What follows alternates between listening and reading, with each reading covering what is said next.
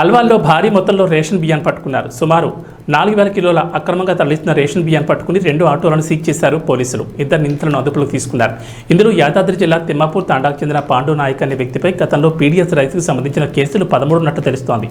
ఇలాంటి వ్యక్తిపై PD act వేసి కఠిన చర్యలు తీసుకోవాలని స్థానికులు చెబుతున్నారు.